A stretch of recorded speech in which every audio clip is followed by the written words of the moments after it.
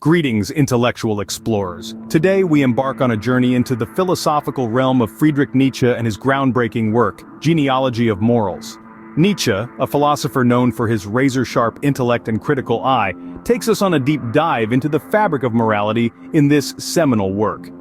Here he doesn't just question our moral values, but the very foundation upon which they rest. He invites us to imagine a world where our moral compass isn't a fixed entity, but something that has evolved and transformed over time. This is the essence of the Genealogy of Morals, a historical journey that examines the morality of ancient societies and reveals how concepts like good and evil have morphed through a complex interplay of power dynamics and societal structures. So buckle up as we unpack some key concepts and examples that make this work a cornerstone in the world of philosophy. Firstly, Nietzsche questions the very foundation of our moral values. Now picture this. Our moral compass isn't a fixed entity, but something that has evolved over time, shaped by the shifting sands of society and the ebb and flow of power dynamics. This is the essence of Nietzsche's Genealogy of Morals. He takes us on a historical journey, exploring the moral fabric of ancient societies. The concepts of good and evil, he argues, aren't universal truths but have transformed over time, molded by societal structures and power dynamics. The good of one era may not be the good of another. The evil of one society may be the norm in another. This evolution of moral values isn't a linear journey, but a complex interplay of societal norms, power struggles, and individual perceptions. And so, Nietzsche takes us on a historical journey, examining the morality of ancient societies, unraveling the threads of the past to understand the tapestry of our present moral landscape. Now, let's delve into the concepts of guilt and bad conscience.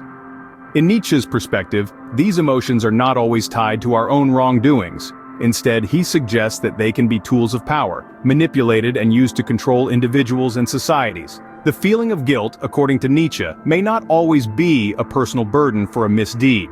It may, in fact, be a debt, a responsibility imposed upon us by those who hold power. He invites us to consider the role of guilt in shaping the social and moral fabric throughout history. Guilt, in this sense, is not just a personal feeling, but a social construct, a lever of control. Consider historical examples where guilt was employed strategically. Religious institutions, for instance, often used guilt as a means of control, shaping the moral narratives of entire societies. One of the most intriguing aspects of Genealogy of Morals is Nietzsche's exploration of the ascetic ideal. This isn't just about monks in silent monasteries or hermits living in the wilderness. The ascetic ideal is a broader concept encompassing any lifestyle characterized by self-discipline, denial of bodily desires, and spiritual contemplation. It's a way of life that prizes the spiritual over the physical, the eternal over the temporal. Consider ascetic practices across various cultures, monastic vows of silence, fasting during Ramadan, or even the rituals of self-mortification practiced by some Hindu ascetics. These practices are not just about personal spiritual growth, they carry a moral weight, a message about what is considered virtuous and worthy of respect. But Nietzsche, ever the skeptic, urges us to question what drives these practices. Are they genuine expressions of spirituality, or are they tools for social control, ways to enforce conformity and obedience? Nietzsche challenges us to question the motivations behind such practices and their impact on shaping our moral landscape. Now you might be wondering, how does all of this relate to us today? Nietzsche's exploration of moral values continues to resonate powerfully, shaping our contemporary understanding of ethics. For instance, consider the heated debates around cancel culture. Nietzsche's work prompts us to question whether our moral judgments in such contexts are truly our own, or are they simply inherited from a complex historical lineage?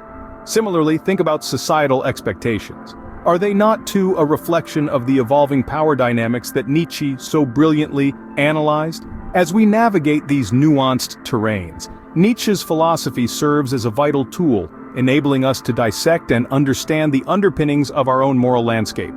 As we wrap up our exploration of Genealogy of Morals, Nietzsche challenges us to be vigilant thinkers.